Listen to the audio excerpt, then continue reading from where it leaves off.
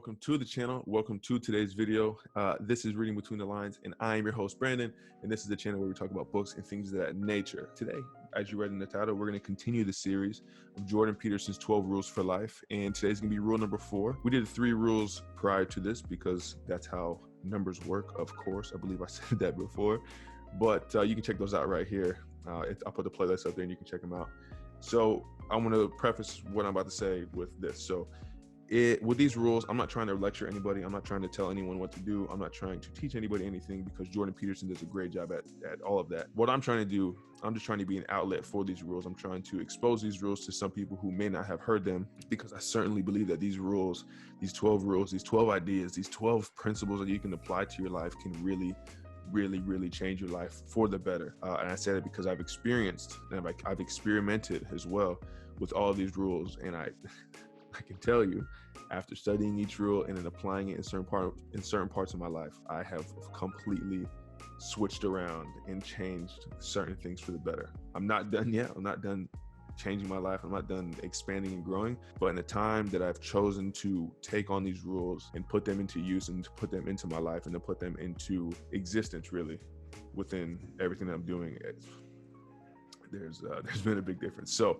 that's all I'm trying to do. I'm just trying to expose these rules, and I do like discussing these books, and I do like seeing people comment down below, and hopefully at least one person can gather something from any of these rules and change their life. So that's my belief. That's kind of what I want to preface this with. So let's get on to rule number 4 in Jordan Peterson's book, 12 Rules for Life. So rule number 4 in this book, 12 Rules for Life: compare yourself to who you were yesterday, not to who someone else is today. Now, what I want to do, because I feel comfortable doing this, just because I have a little bit of knowledge and a little bit of experience, I really want to talk about the fitness world.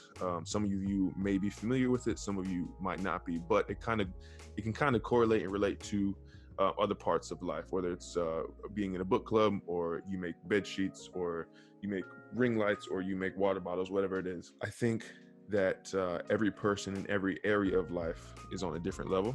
Does that make sense? And so I think this principle can just be thought of in whatever you're talking about or you're thinking of or experiencing. But like I said, I'm just kind of in the fitness world, so I get that. When I first started in fitness, right, I was kind of just bro lifting, and all that is you go to the gym, you bench press, and you do curls and all that, and it's cool and it's fun and it's awesome, whatever. And then I came across Instagram, and I came across the fitness lifestyle and the fitness posting and all that stuff on Instagram. I realized that back then I was totally fine with my progress in the gym, whether it was size or strength or aesthetics or weight loss or weight gain or whatever.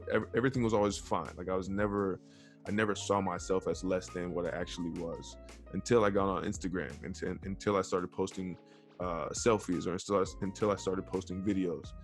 And then from there, I would get a like or a comment, and someone would be like, "Oh man, this is so awesome, you're so strong," whatever. And then I would go to someone else's page, someone who had 1 million more followers than me, or someone who had a lot more years of experience in the gym than I, or someone who just had more of something than I did. And one thing that I didn't do was sit down and think about those things, like think about all the variables of why they have achieved the things they've achieved. And in the time, I was like, it just became like I became an addict to going to look at my competition, and then comparing myself, the Brandon that was lifting for a year or 2 years or 3 years at the time, to someone who's been lifting for 15 plus years and who has had all these sponsorships and who's done all these shows and competitions. And it became not only like, for some reason I woke up every morning, I was like, I got to see what these guys are doing. I got to see what these guys are doing. Because I think it kind of helped me in a way that I didn't really understand at the time. It helped me continue to push because I wanted that. But more than that, it created this poison. It created this nasty like self-image, to where I look in the mirror and I wouldn't see the kind of abs that so-and-so had, or I would look in the mirror and I didn't have the arms that so-and-so had, or I wasn't as lean as someone was on stage. And the suffering was caused because I lacked the ability to not sit there and judge them in whatever way. And then I had lacked the ability to just leave the thoughts there. Like right now, I'm fully comfortable. I can go to bodybuilding shows. I can look at my competition, whoever I'm competing against or whatever. So like I compete in a class called Classic Physique, and I can look at competitors in many different shows all over the nation. Although it's kind of scarce right now just because of COVID, but I can look at competitors and it stops there. Like I see them, I see how they look on stage or how they're looking 2 weeks out or a month out from a show, and it stops there. Like, I don't need to like sit down and be like, wow, like he looks so much better than me. What do I got to do? And I've learned to stop that poisonous like loop, and it's been a real pleasure to see that. And over this last weekend, I went down to Orlando for a bodybuilding show for a couple of my teammates, and we had a few conversations. I'm not going to get into details because it's not my place to do that, but we got into a couple of deep conversations about self-image, and number one, the importance of it, the lack of it, how you deal with it. I've watched one of my teammates, she's grown. I've known her for a short amount of time, but from the stories I've heard from her husband and from her coach, she's grown tremendously. And one of those things was creating a better self-image for herself and everything she's trying to achieve. For example, she would say that a year ago, 2 years ago, if she was going through some sort of struggle, she would just give up and that's it. And that's a part of having a bad picture of yourself, or having a bad idea of who you really are and what you can really accomplish. So I just wanted to mention that, because when you're bodybuilding and you're in peak week and you're on it's show day and all that, you're lacking all these nutrients and all these calories, and you're so irritable and all this stuff, and it's so easy to just say, I'm done, I give up, regardless of how you do on stage. And one of the coolest moments of this past weekend was watching her interact with the event itself, and then watching her husband, someone who's been around her time and time again for years and years and years, and watching him tear up when he says like, yo, like, I've seen you, I've watched you change. And yeah, I just wanted to bring that up because I think it's really, really important. And just creating that self-image is massive, and it's crucial to live and sustain a happy life. The next thing I'll say is comparing yourself to who you were yesterday, not to who someone else is today. So the last part, I kind of touched on it, but what I did here was I learned to, if I saw somebody who looked better than me or was in a better position than I was, I learned to sit down and be analytical about it, like, and actually use my brain and think like, okay, how did this person get to that position? Who they talk to, who's their inner circle, where do they live at, what job do they have, what businesses are they running? Every little detail I'm able to sit down and break down. When you're able to break down someone else's life from what you know, because obviously, if you're on social media, you don't know everything about everybody. But if you're able to sit down and like break down and chop up, like, okay, if this guy is here and I'm not there, what got him there or her there? And then from there, you're able to say, okay, well, I'm not even close to that part of his life yet, so there's no reason to compare me to that. The main thing I got from this was really sitting down and understanding that every person has a different journey. Every person has different potential, more or less, just depending on where you're at. Every person is simply different. Some people achieve similar success, but the success doesn't come the exact same way for everybody. So when you're able to sit down and say, listen, like, this is what I want to do. This is where I want to be. How can I get there? You comparing yourself to Bob, the builder, or whoever is not going to get you anywhere. It's not going to do anything for you. So I have some friends, again, aside from bodybuilding, they compare themselves to so many people, and sometimes it's in different aspects. Like, sometimes they'll be into fitness, they'll be into recording podcasts or videography, and they see all these people that they want to be like, and then they let the comparisons where they say, oh, this guy has 1 million followers on Instagram or 1 million subscribers on YouTube, and I have 14. I will never be like that. And then they can't, that's kind of where the thought process stops. And then they just continue to consume instead of act and instead of execution. So like, I think it's also important to also understand that when you're in this mindset of comparing yourself to whoever it may be, it's also going to cause the speed at which you achieve the things you want to achieve to slow down drastically.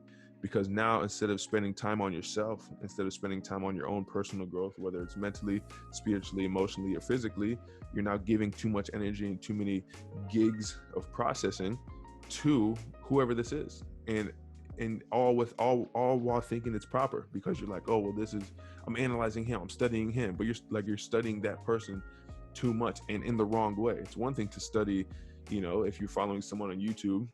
It's one thing to study, oh, how do they make their videos? What gear do they make? I like the way his videos look, so I'm going to go buy that gear, right? And then you take a step back and you get away from all those comparisons, and then you go get the gear, right? And then maybe you come back and you're like, okay, well, what does his background look like? Oh, that's dope. I want that too.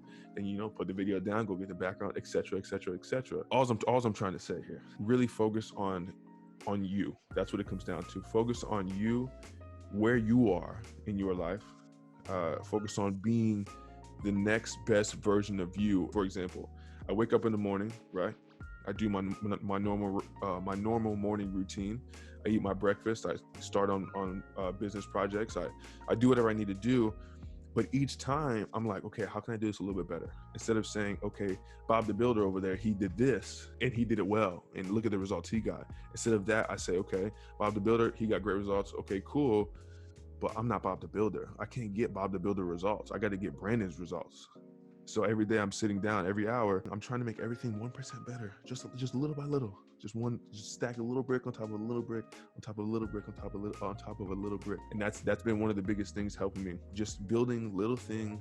And my understanding behind that is it takes a lot of energy to accomplish one big thing. And you get deterred from it because it takes a lot of energy and effort and a lot of time. And you're like, oh my God, I got to do this over and over and over again to achieve whatever I want to achieve. But in reality, you can just chop it up into 1,000 little pieces and complete one task at a time. It might take a little longer, it might not. For me, I know when I have a to-do list and I write down all the things I want to do and achieve for that day, and I knock out one by one. My stress levels go down, my anxiety goes down, my worry goes down, no matter what I'm dealing with. If I can chop up my goals into little tiny segments, I never have to worry about what Bob the Builder's doing. I don't know, I keep saying Bob the Builder, but it's working. I never have to worry about what any other person is doing, because I know that regardless of if they chopped up their goals or if they got their goals in a big way, they're most likely not me. They most likely don't think like me. They most likely don't sleep like me, eat like they most likely do zero things like me. So with that understanding, I just continue to do me. And that's all it comes down to. Is just do you, worry about your growth and your progress.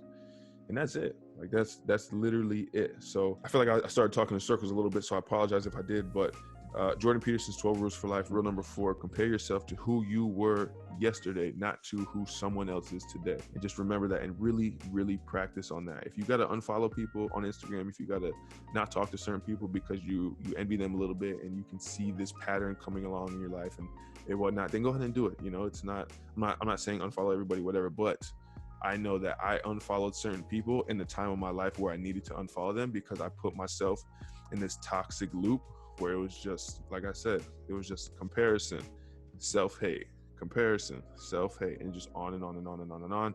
So by me unfollowing those certain people really, really helped me. And I only had to do it for like 2 or 3 weeks. And then for some reason, my mind shifted. And then you could say I was good. But again, I listened to this book on Audible. Obviously I have the physical copy here. I started reading the physical copy in the beginning, and I couldn't grasp the concept. So this rule right here, rule number 4, compare yourself to who you were yesterday, not to who someone else is today, is one of the most important rules. Not one of the most important, but one of the rules that can impact a lot of people right now, especially because of the age of technology that we're in, where everybody has access to everybody and it's so easy to compare yourself to somebody. So yeah, that's really it for the video. With all that being said, appreciate you guys stopping by the video, you guys and gals stopping by the video. If you stayed around this long, let's put a thumbs up emoji in the comments. If you did that, I know you're a real one. If you made it all the way this way, put a thumbs up in the comments. Also give the video a like, because it's also a thumbs up and it just makes sense. Like I said, if you want to have a discussion about this book or about any of the rules that I spoke about before, which is 1 through 3, hit me in the comments. I would love to have a conversation about it. And then lastly, subscribe if you would like. If you like the vibes here, if you like this setup, subscribe and join the squad that reads between the lines, because we have fun here. We discuss ways to grow. We talk about cool stories and we just vibe out. And yeah, so I'm going to enjoy this office. I'm going to enjoy editing this video, and I will see you guys in the next one. Peace.